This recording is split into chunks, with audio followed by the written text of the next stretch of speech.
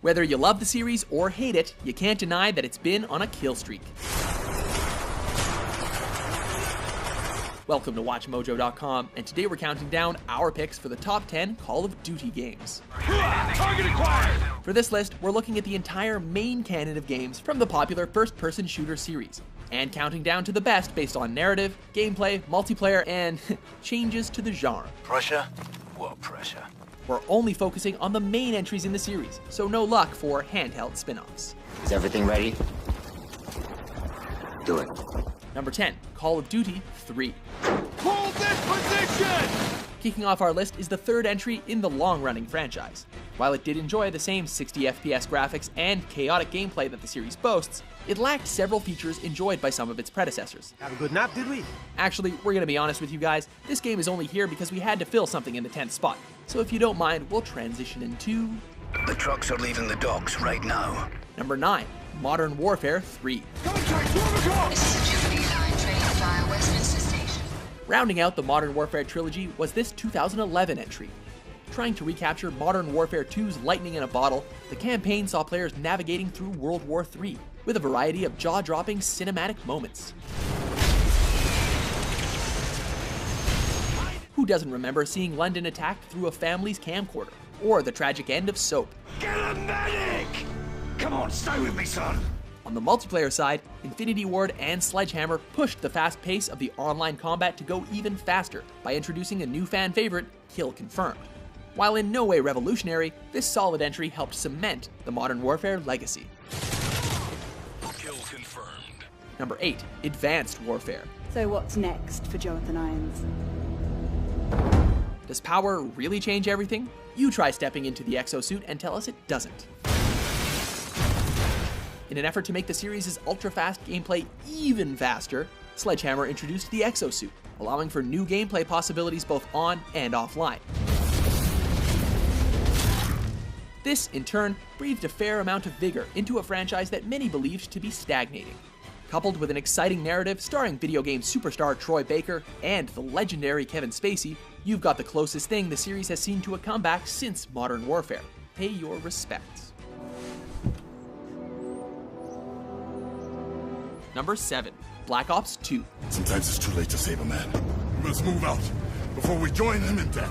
Instead of jumping between the perspectives of different soldiers in a war, Black Ops 2 saw players jumping between father and son, the elder being a CIA agent in the Cold War during the 1980s, and the other fighting the Cold War 2.0 as China and the United States struggled for resources necessary for building drone weapons.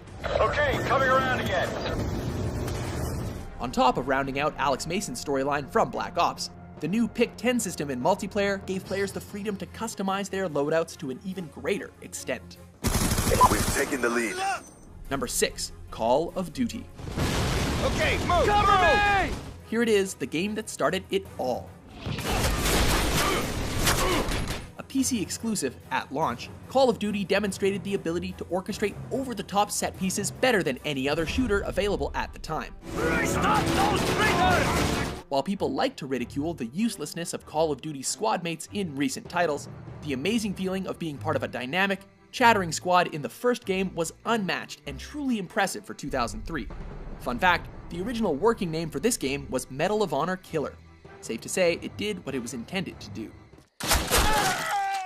Number 5, World at War. World at War was just the right blend of intensity and bloodshed to get players to dust off the M1 Garands for the last time. Shoot through the damn war! Showcasing some of the most brutal moments of the Second World War, namely the US invasion of the Japanese islands, and the Russian front pushing from Stalingrad to Berlin, the campaign was by far the most violent in the series to date, and it was also cemented by the talents of Kiefer Sutherland and Gary Oldman. Take my rifle and watch the road. On top of it all, it introduced us to one of the most popular side modes in video games ever, Nazi zombies. Number 4, Modern Warfare 2. Bigger is the name of the game in Modern Warfare 2, as an in-your-face campaign was improved by some of the franchise's finest online multiplayer, only made better by the inspired map designs and customizable score streaks. The campaign stepped up how cinematic the games could get, taking the fight onto the doorsteps of the United States with a laundry list of jaw-dropping set pieces, many of them quite literally ripped from a certain Michael Bay film. The buzz that this game got may still have you talking for a while. Just remember, no Russian. Number 3, Call of Duty 2.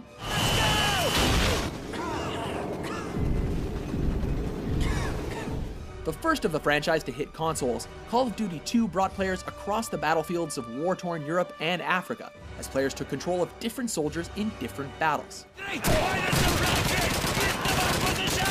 Continuing to showcase the horrors of World War II, this entry brought in two of the series' most defining features, the nearby grenade indicator and the infamous regenerating health system.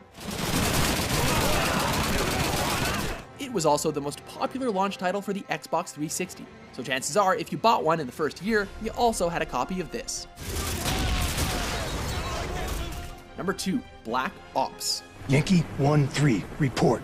Just as series fatigue started to become a factor, Black Ops provided a fresh world to shooting fans, putting them in the shoes of CIA operative Alex Mason in the peak of the Cold War. I believe I'm correct in saying that civilization has been saved more than once in this ring. This not only allowed for some tense missions as well as fantastically inspired multiplayer, but also gave the series some of its best narrative and mind-bending storytelling moments. It was made all the better by voice actors Sam Worthington, Ed Harris, and even Gary Oldman reprising his role from World at War. I know! It is Victor Reznor! The multiplayer also got one of its best maps in the series, with the introduction of Nuketown, which quickly became a fan favorite. Number 1, Modern Warfare. No other entry was such a game changer for both online play and first-person player narratives, not just for the series, but for the genre as a whole. Rules of engagement, sir. Crew expendable. Single player was an accomplishment in and of itself, whether it was sneaking past an armed battalion in a ghillie suit, or crawling from a wrecked helicopter after a nuclear bomb has gone off in your face, to simply dropping bombs from the safety of an AC-130, this was a benchmark in first-person narrative. Faceplate, this is Bravo 6. We've found it.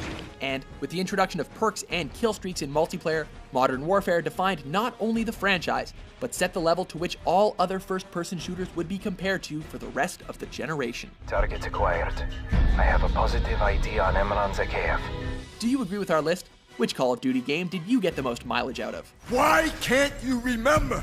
For more intense top 10s published daily, Ramirez, subscribe to WatchMojo.com. You'll notice that your current objective is highlighted.